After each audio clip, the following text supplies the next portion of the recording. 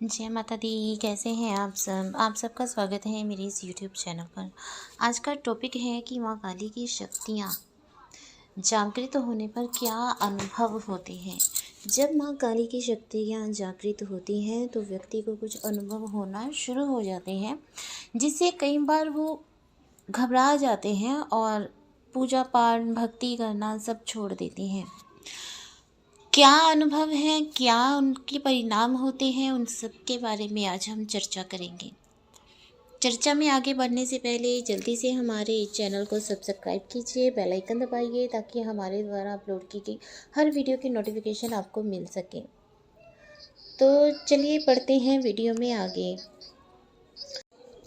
जब कोई साधक माँ काली की पूजा पाठ करना शुरू करता है, उनकी आराधना करना शुरू करता है, तो उसके साथ कुछ घटनाएं घटित होती हैं जिन्हें हम अनुभव कहते हैं। इन अनुभवों को वो पहचान नहीं पाता और क्या करता है कि पूजा पाठ छोड़ देता है, जो कि बिल्कुल ही गलत है।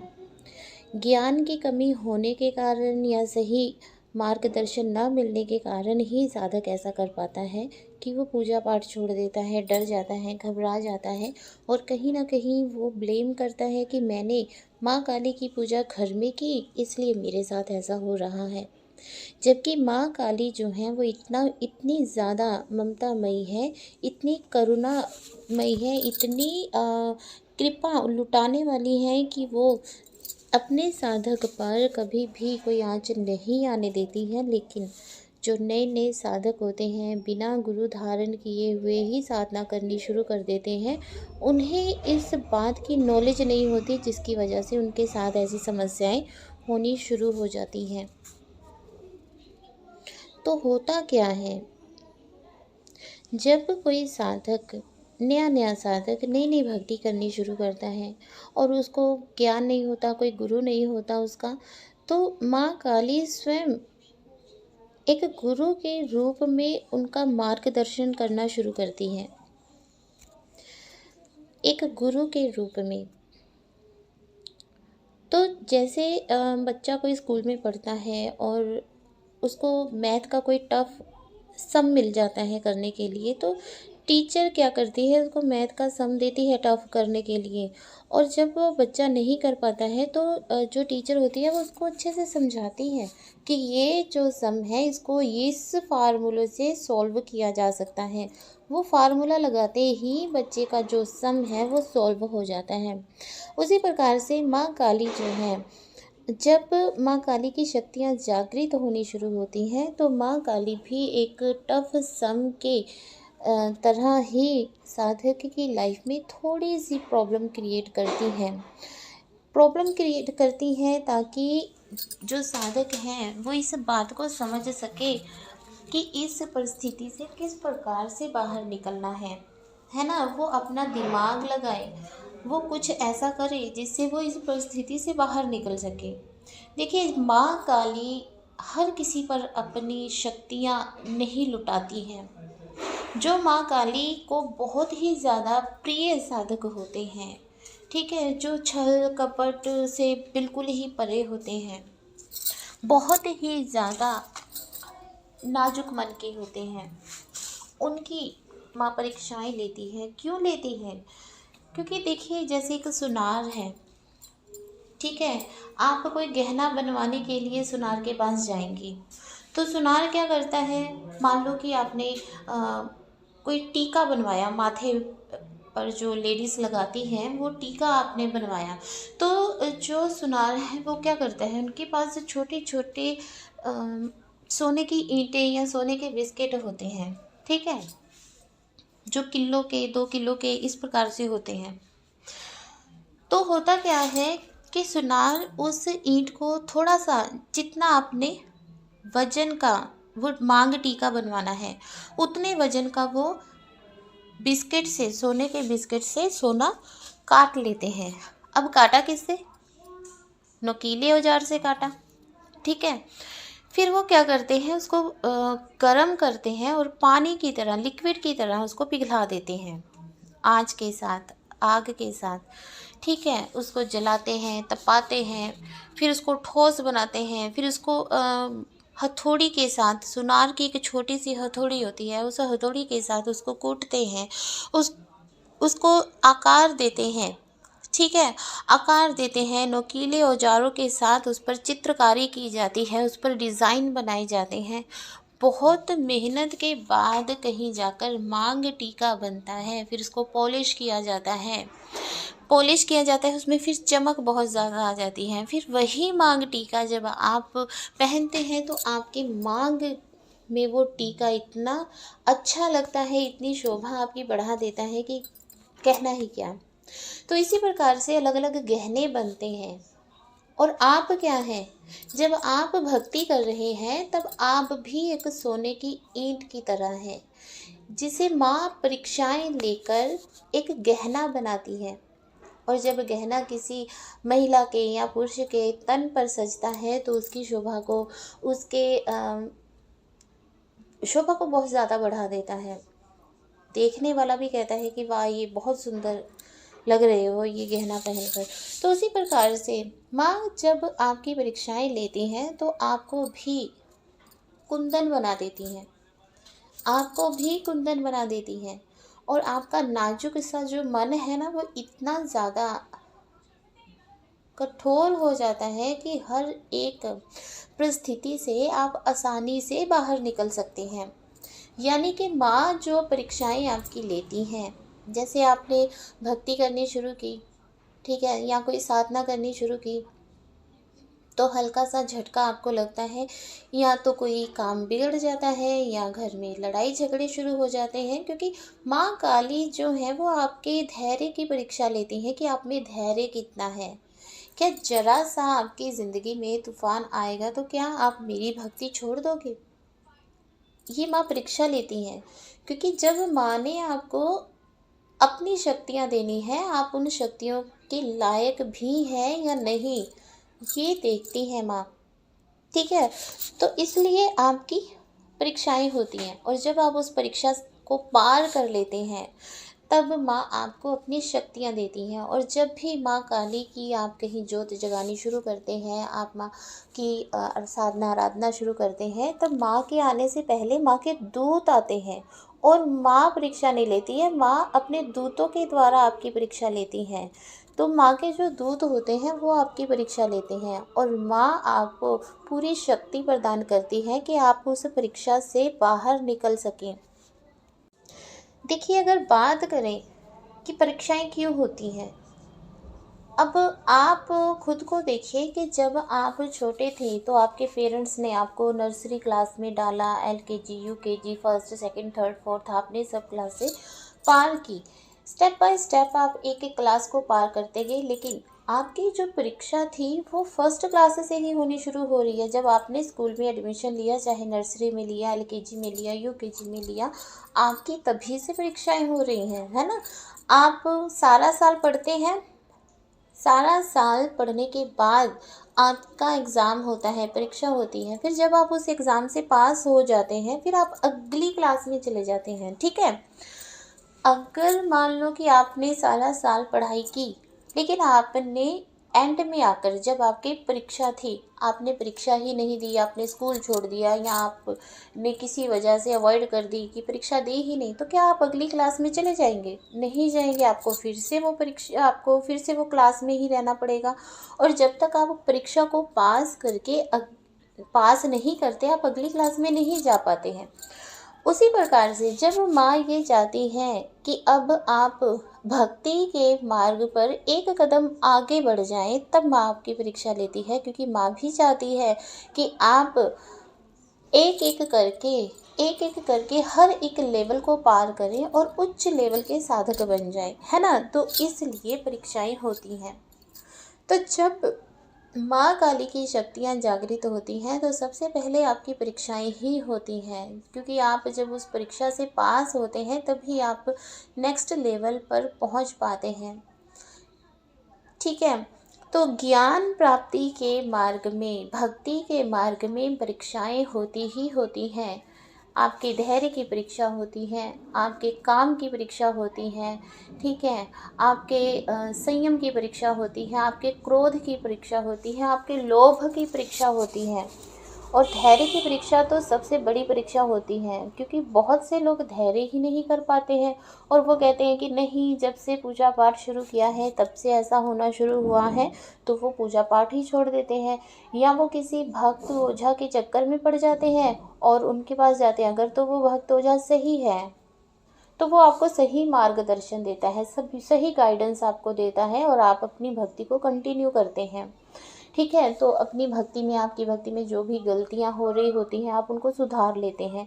लेकिन अगर आप किसी गलत भक्त के ओझा के चक्कर में पड़ जाते हैं तो वो क्या करते हैं, पैसे ऐंठने के चक्कर में आपको गलत दिशा में ले जाते हैं और आपसे कहते हैं कि भक्ति छोड़ दो। जब से आपने भक्ति करनी शुरू की है तब से ऐसा हो रहा है। माँ काली को घर में पूजित नहीं करते हैं, माँ काली तो शमशान में पूजित होती हैं।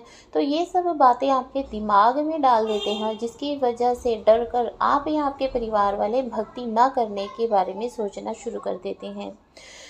तो आपको कभी भी ऐसे भक्त ओझा के चक्कर में नहीं पड़ना चाहिए। देखिए, माँ जो होती है वो कभी नहीं चाहती कि उसके बच्चे का बुरा हो। आप अगर एक माँ हैं या आप अगर एक पिता हैं और आपका बच्चा अगर कोई गलती करता है तो आप उसको डांटते हैं। क्यों डांटते हैं? क्योंकि आप उनके पेरेंट्स हैं, आप उनकी माँ हैं, आप उनके पिता हैं और आप ये चाहते हैं कि आप एक अच्छे इंसान बने, आपका बच्चा जो है वो एक अच्छा इंसान बने। तो इसलिए आप उनको सख्ती से काम लेते हैं। उसी प्रकार से माँ काली भी ये चाहती है कि आप एक अच्छे साधक बने। तो अच्छे साधक बनाने के लिए माँ आप पर थोड़ी सी सख्ताई बरतती हैं, लेकिन इसका मतलब ये नहीं है कि माँ आपको दुख देना चाहती है। माँ की अटेंशन कभी भी दुख देने की नहीं होती है। तो इस बात को आपने कभी भी नहीं मानना है। अगर आपको कोई कहे कि माँ काली आपके घर को खराब कर रही हैं, तबाह कर रही हैं, इनकी पूजा मत कीजिए, किसके कहने पर आप माँ को घर ले आए, इनको घर में नहीं लाना चाहिए, ये सब गलत बातें हैं। जिस घर में माँ काली की पूजा की जाती है उस घर में कभी भी कोई तंत्र क्रिया का वार नहीं चलता है। ठीक है, तो कभी कोई नेगेटिव एनर्जी घर में नहीं आती है। लेकिन ये बात अलग है कि आपके घर में पहले से ही कोई नेगेटिव एनर्जी है और आपने माता काली की पूजा करनी शुरू कर दी और उसके बाद तांडव होना शुरू हुआ, तो ये अलग बात है। क्यों? क्योंकि माँ काली उस नेगेटिव एनर्जी को आपके घर से निकालना चाहती हैं। तो जब घर से निकालना चाहेंगी तब आपके घर में थोड़ी सी परेशानी आएगी और जब आप रेगुलर उस पूजा पाठ को करते जाएंगे या उसको बढ़ा देंगे तो वो नेगेटिव एनर्जी को दुखी होकर, उस नेगेटिव एनर्जी को परेशान होकर आपके घर से जाना ही पड़ेगा और उसके बाद आपके घर में खुशहाली ही खुशहाली हो जाएगी। ठीक है, तो ऐसे में अगर आपको ऐसा लगता है कि हमने जब से माँ काली की पूजा करनी शुरू की है घर में ये सब होना शुरू हुआ है, तब कहीं ना कहीं वो पहले से ही अगर कोई नेगेटिव एनर्जी आपके घर में है उसकी वजह से हो सकता है। लेकिन माँ काली की पूजा करने के वजह से ऐसा नहीं हो रहा। तब आप क्या कर सकते हैं कि जब माँ काली की आप पूजा पाठ कर रहे हैं और घर में ये सब होना शुरू हो गया है या आपकी परीक्षाएं शुरू हो गई हैं, साल 2 साल से आप माता की सेवा कर रहे हैं और अचानक से परीक्षा शुरू हो गई है, तब आपने क्या करना है, एक तो परीक्षा को एक तो आपने अपनी पूजा पाठ भक्ति को बढ़ा देना है। दूसरा, आपने श्रीमद् भागवत गीता का पाठ करना शुरू कर देना है। ठीक है, या आपने रामचरितमानस का पाठ साथ में करना शुरू कर देना है। आप देखेंगे कि बिल्कुल भी कोई परेशानी नहीं आ रही है और कोई परीक्षा आपकी चल रही है उस परीक्षा से आप बहुत जल्दी आसानी से बाहर निकल जाते हैं। सेकंड जो अनुभव होता है वो अनुभव ये होता है कि आपको अंधेरे से पहले डर लगता था, लेकिन अब आपको अंधेरे से डर लगना बंद हो गया है। ठीक है, क्या होता है, जब परीक्षा चलती है तब आपको अंधेरे से डर लगना शुरू हो जाता है। अगर लाइट बंद होती है तो आपको भय लगना शुरू होता है, दिल की धड़कन तेज हो जाती है, तो आप क्या करते हैं, लाइट जगा कर सोना शुरू कर देते हैं। ये नॉर्मल चीज़ें हैं। इनकी आदत आपको होनी चाहिए। अगर आप माँ काली की सेवा कर रहे हैं तो इन चीज़ों की आदत आपको होनी चाहिए। माँ काली को अंधेरा बहुत प्रिय है और माँ काली का दिन जो है वो रात को ही होता है। ठीक है, तो जब आप अंधेरे में भयभीत होना शुरू हो जाएं तब समझ जाइए कि माँ काली की शक्तियाँ जो हैं वो जागृत हो गई हैं आपके साथ चल रही हैं। और जब लाइट बंद होती है, वो शक्तियों का अनुभव आपके ऑरा को होना शुरू हो जाता है, आपके सूक्ष्म शरीर को उसका अनुभव होना शुरू हो जाता है, तो आप भयभीत हो जाते हैं। तो भयभीत नहीं होना है, खुश होना है कि माँ आपके अंग संग हैं। ठीक है। तब आपको धीरे धीरे जब इस परीक्षा से आप बाहर आएंगे और आपका मन जो बहुत ही ज़्यादा नाजुक था, वो आपका मन जो है वो बहुत स्ट्रोंग हो जाएगा। आपको अंधेरे से भी डर लगना बंद हो जाएगा। कई बार जब आप जोत जगाना शुरू करते हैं जब आपको माँ काली की शक्तियों का अनुभव आपके साथ शुरू हो जाता है, माँ काली की शक्तियाँ जागृत हो जाती हैं, तब क्या होता है कि आप जोत जगा रहे हैं, अचानक से आपको लगेगा कि आपके पीछे कोई था। होता कोई नहीं है, माँ काली के सिवा कोई हो ही नहीं सकता, लेकिन आपको ऐसे लगेगा, भय सा लगेगा, डर सा लगेगा कि कोई था। कौन था? आप पीछे मुड़कर देखते तो कोई नहीं होता।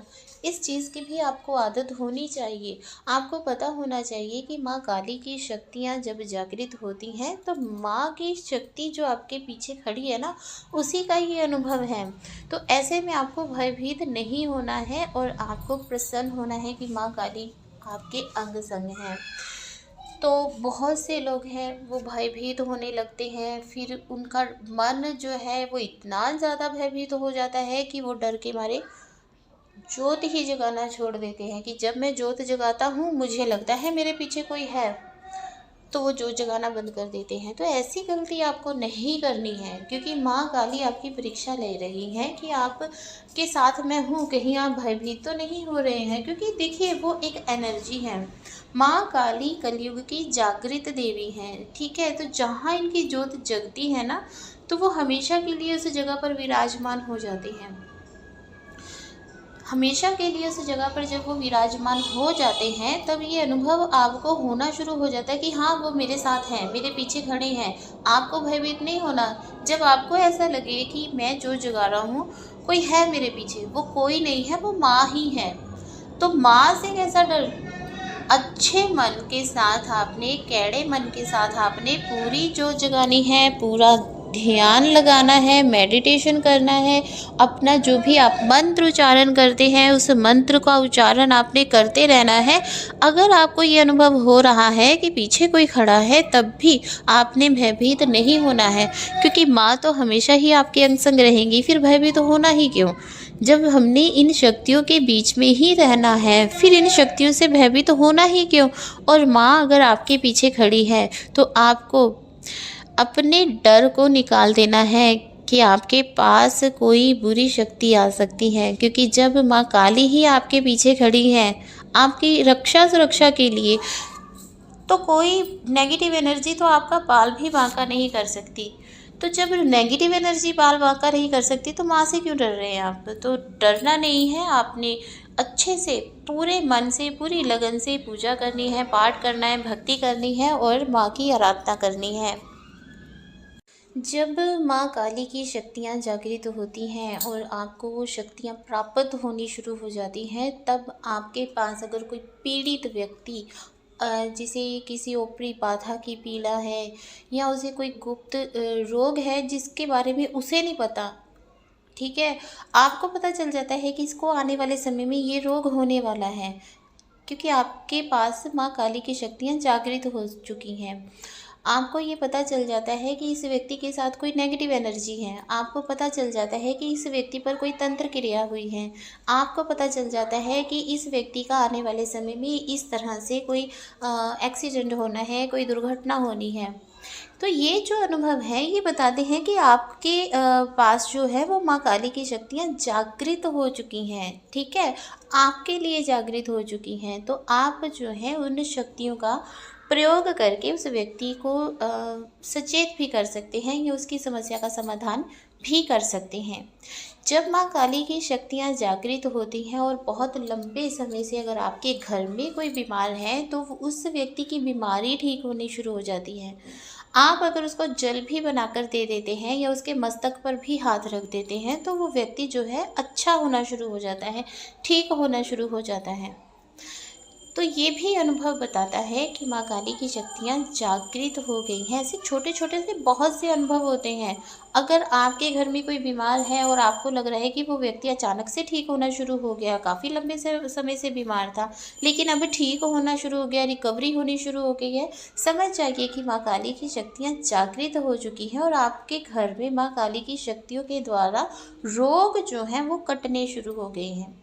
लंबे समय से अगर कोई लोन चल रहा है आपका, आपने किसी से कर्जा लिया है, उतार नहीं पा रहे हैं, एक कर्जा उतारने के चक्कर में दूसरा कर्जा ले लेते हैं, तो उससे क्या होता है, जब माँ काली की शक्तियाँ जागृत होती है तो नए नए आपके अवसर खुलने लगते हैं, नई नई अपॉर्चुनिटीज़ आपको मिलनी शुरू हो जाती हैं, जिससे कि आपके कर्जे या लोन उतारने में आपको आसानी हो जाती है। तो ये जो कारण है, क्यों अपॉर्चुनिटी मिली, क्यों नया अवसर मिला, क्यों? क्योंकि माता काली की शक्तियाँ जागृत हो गई हैं। माँ काली जो है वो आपको ब्लेसिंग दे रही हैं और उसी ब्लेसिंग की वजह से आपके जो रुके हुए कार्य हैं वो बनने शुरू हो गए हैं, बीमारियाँ कटनी शुरू होगी, घर में सुख शांति आनी शुरू हो गई है, लोन जो है वो उतरने शुरू हो गए हैं। तो ये कारण होता है कि माँ की शक्तियाँ जागृत हो गई हैं। ऐसे बहुत से छोटे छोटे कारण होते हैं, बहुत से जो लोग देखकर कई बार अनदेखा कर देते हैं, तो अनदेखा नहीं करना चाहिए। अगर आपके साथ ये सब कुछ हो रहा है, ठीक है, तो समझ जाइए कि माँ काली की शक्तियाँ जागृत हैं और आप जो हैं वो बहुत ही ज़्यादा लकी पर्सन हैं कि माँ ने आपको चुना। किसके लिए? अपनी भक्ति के लिए। वैसे तो जिस भी इंसान का जन्म हुआ है वो भक्ति करने के लिए ही हुआ है, लेकिन हम कर क्या रहे हैं? हम मोह माया में फंसे हुए हैं और भक्ति नहीं कर रहे हैं। ठीक है, मोह माया भी ज़रूरी है, लेकिन उसके साथ साथ भक्ति करना बहुत ज़रूरी है ताकि मोक्ष प्राप्त हो सके, आप दूसरों का भला कर सके, दूसरों का सहयोग कर सके, दूसरों की हेल्प कर सके और अंततः आप मोक्ष प्राप्त कर सके। देखिए, जीने के लिए पैसा बहुत ज़रूरी है और पैसा कमाने के लिए काम करना बहुत ज़रूरी है, लेकिन काम करने के चक्कर में, पैसा कमाने के चक्कर में भक्ति करना ना छोड़ें। और अगर आप भक्ति कर रहे हैं और आपको अनुभव होने शुरू हो गए हैं या आपकी परीक्षा चलनी शुरू हो गई है, तो उससे भयभीत होकर आप कभी भी अपनी भक्ति ना छोड़ें। तो ये आज का टॉपिक था। आशा करती हूँ कि आपको अच्छा लगा होगा और आपने कुछ सीखा होगा। तो जय माता दी, खुश रहिए, खुशहाल रहिए।